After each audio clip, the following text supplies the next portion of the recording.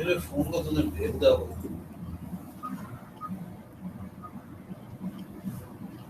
Hello and welcome to Cricket Country. This is Aditya along with Devachin, and we are here to give you the pre-analysis of the first session of Day 5 between India and England at Rashtra. So lots have happened in this match. England winning the toss, piling up 537. India came back strongly with 488, giving a slender lead of 49 runs. The last session of yesterday's JP was very important, but it went thoroughly in England's favour with piling 114 runs, and now the lead stands at 163.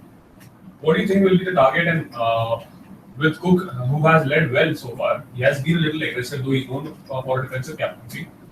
Will he be looking for a total of first, ensure that his team gets to a safe score? Because in one session, this was the same team which got all out against Bangladesh in the last test. This team has definitely the chances of batting collapse in their sleeves. But we'll have to wait and watch out how the wicket behaves. So far, 4 days, only 20 wickets. You can't expect 10 or 12 wickets to fall in a single day. So, but what it tells us that this test match is going for a tame draw.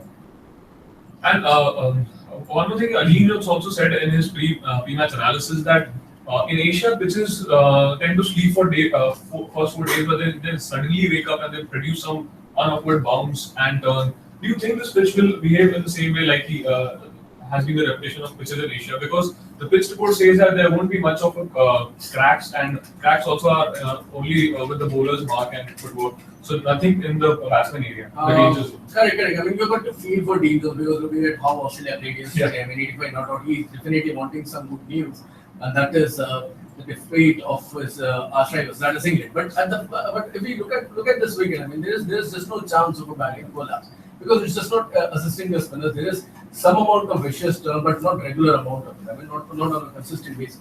And then the bounce is also very, very less. So it is very difficult for the bowlers to also create the chances. The grass has been there, but it has not assisted the fast bowlers. There is nothing at all for the bowlers in the pitch to look forward to in the contest.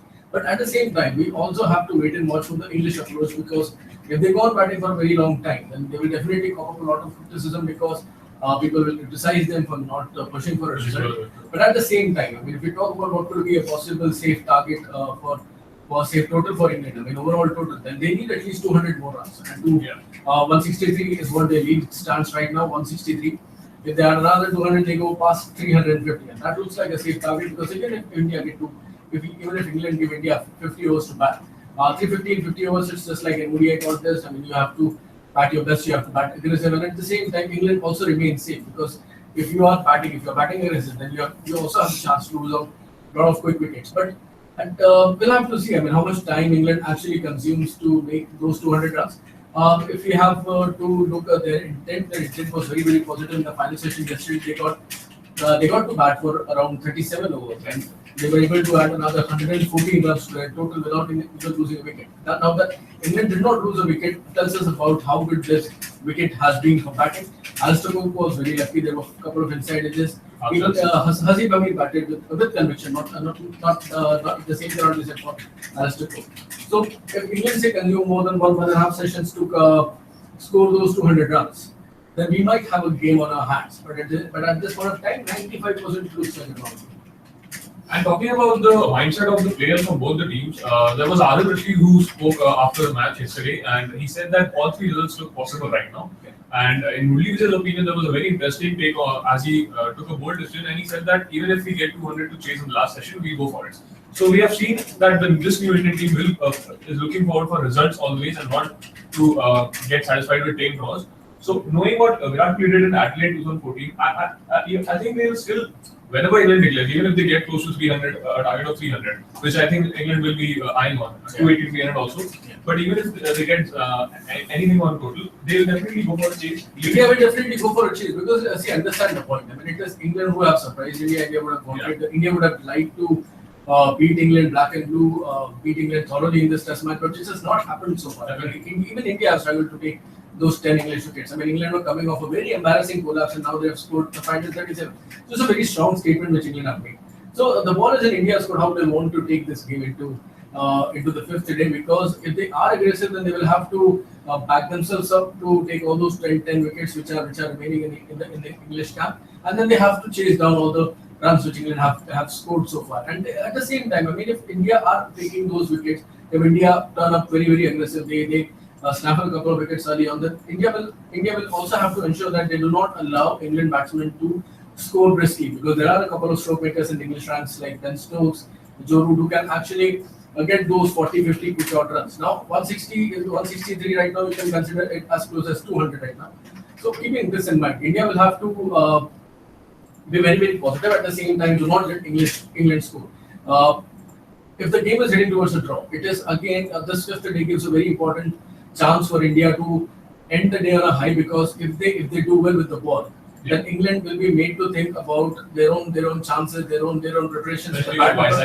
Exactly, because it's a good wicket, and if England collapse on this good wicket, then it is going to be some amount of slight moral advantage for India.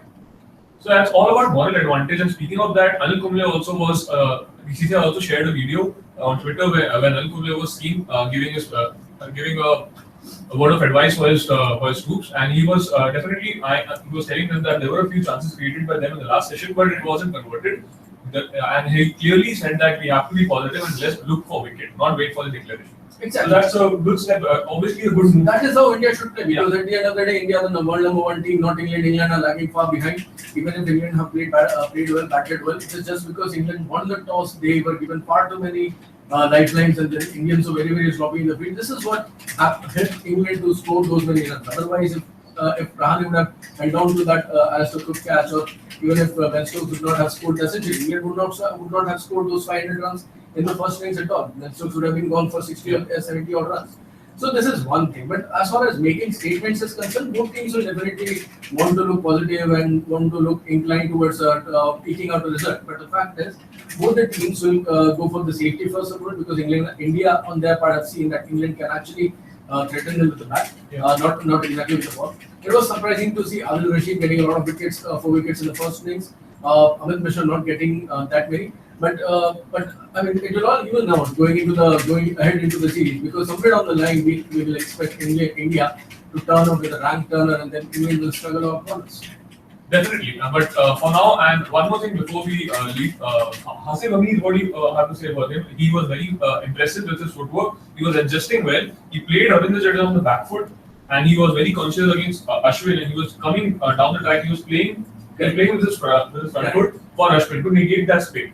So Ashwin really employed the same ploy of coming around the wicket and getting him out. See, talking about Hamid, he looks like a very neat batsman.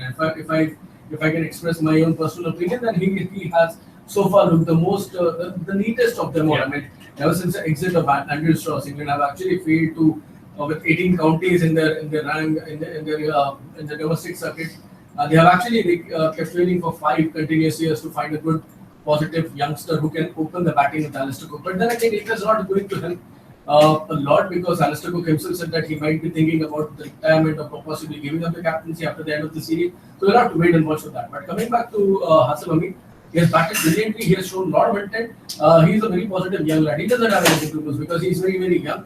At 19, you're allowed to make mistakes. People come. I mean, we saw Callum Ferguson coming out for Australia at the age of 32. I mean, he was waiting for years to make his test debut, but he had to wait for a very long time. And then at the age of 32, he got the baggy green.